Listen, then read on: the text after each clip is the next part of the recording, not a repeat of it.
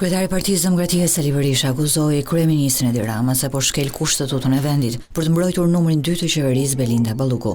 Në një konferencë me gazetarët, Berisha komentoi vendimin e grupit parlamentar socialist për të ndryshuar kuadrin ligjor në lidhje me pezullimin e një ministri, duke cilësuar këtë lëvizje politike grusht shteti.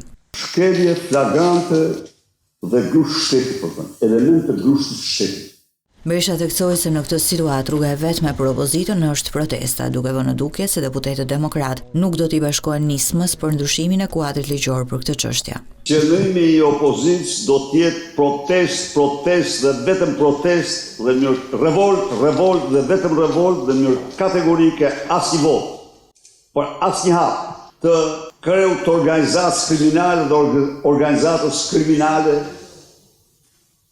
në mbrojtje të krimeve dhe djedhjeve të tyre. Asnjë vot. Kryetari i Partisë Demokratike komentoi edhe vizitën e kryeministrit në Bruksel, duke përsëritur se qëndrimi i majorancës në mbrojtje të numrit 2 të qeverisë Belinda Balluku do të bllokojë procesin e integrimit të vendit në Bashkimin Evropian.